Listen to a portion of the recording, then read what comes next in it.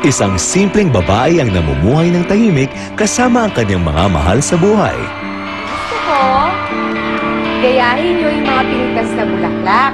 At dahil siya ay mabait at matulungin sa kapwa, siya ang napiling maging tagapagtanggol ng sambayanan laban sa mga masasamang tao at elemento na nagpapahirap sa maraming tao. Ang reyna ng mga kaha. Hanggang sa dumating taong panahon na bumangga sa mundo ng mga tao. Nakalaya niyo na. Siya, si Nardan, ang babaeng itinakda na maging isang Pinay superhero.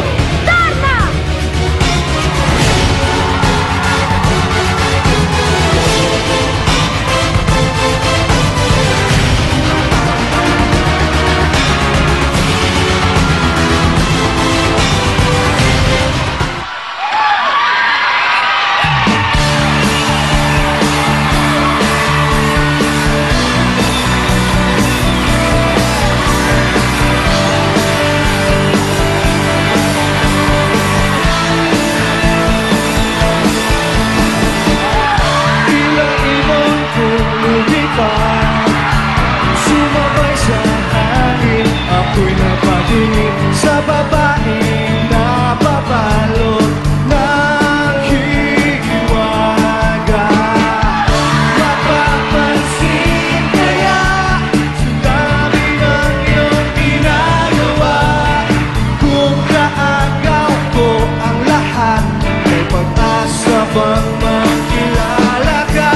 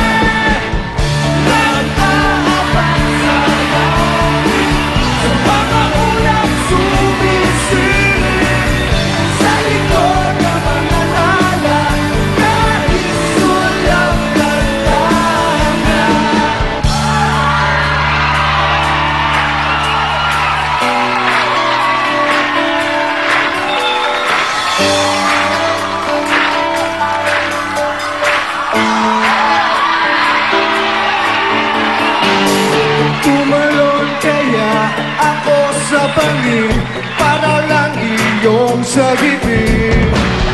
Ito ang tanging paraan para mayaman ka. Darating kaya sa dami ng iyong ginagawa, kung kaagaw ko sila, paano na kaya? Awit na nananawagan, nasa tanging